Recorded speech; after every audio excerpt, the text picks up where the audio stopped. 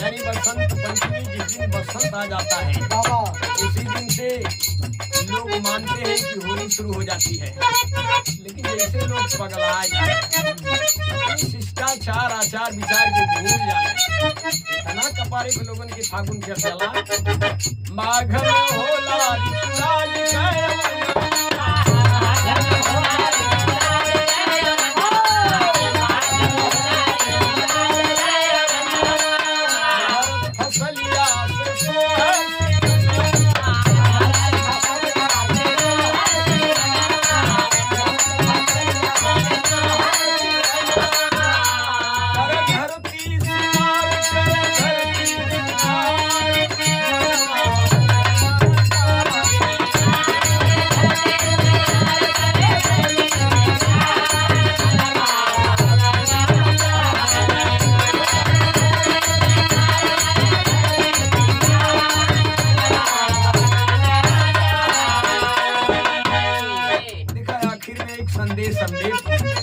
होली प्रेम से मनावा। रंगी रंग का त्योहार होली जरूर हो, लेकिन ये टाइम पर लोग बड़ा कुरंग हो जाते हैं। अरे का मुंह में लेके कजखा पोतावलन, कीचड़ उछालना, दूसरे के बहुत ज्यादा गंदा पानी फेंक दी है। मिलजुल के प्रेम से मनावल जाओ होली।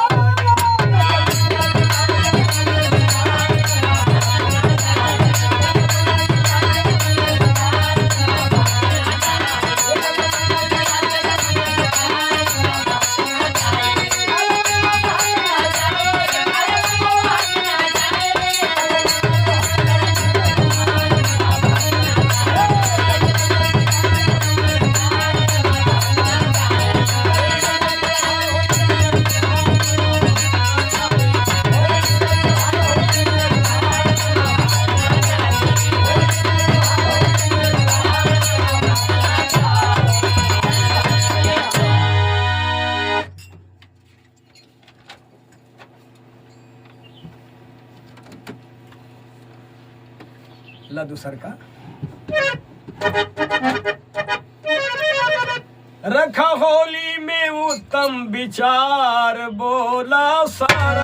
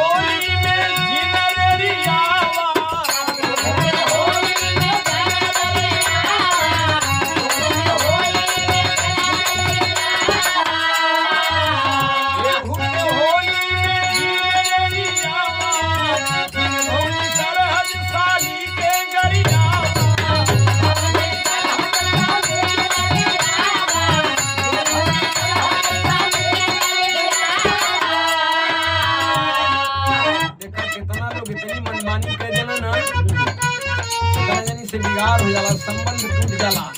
ये जिन भौजी सरहद साली के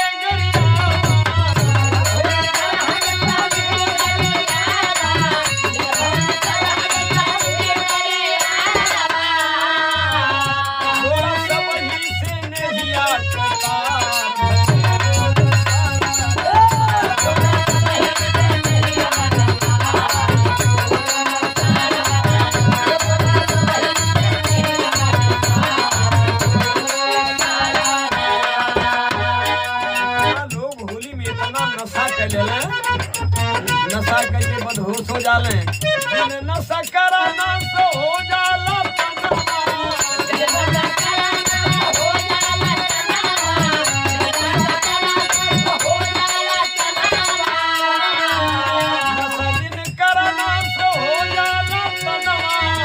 दारू शराब से बिगड़ जाला।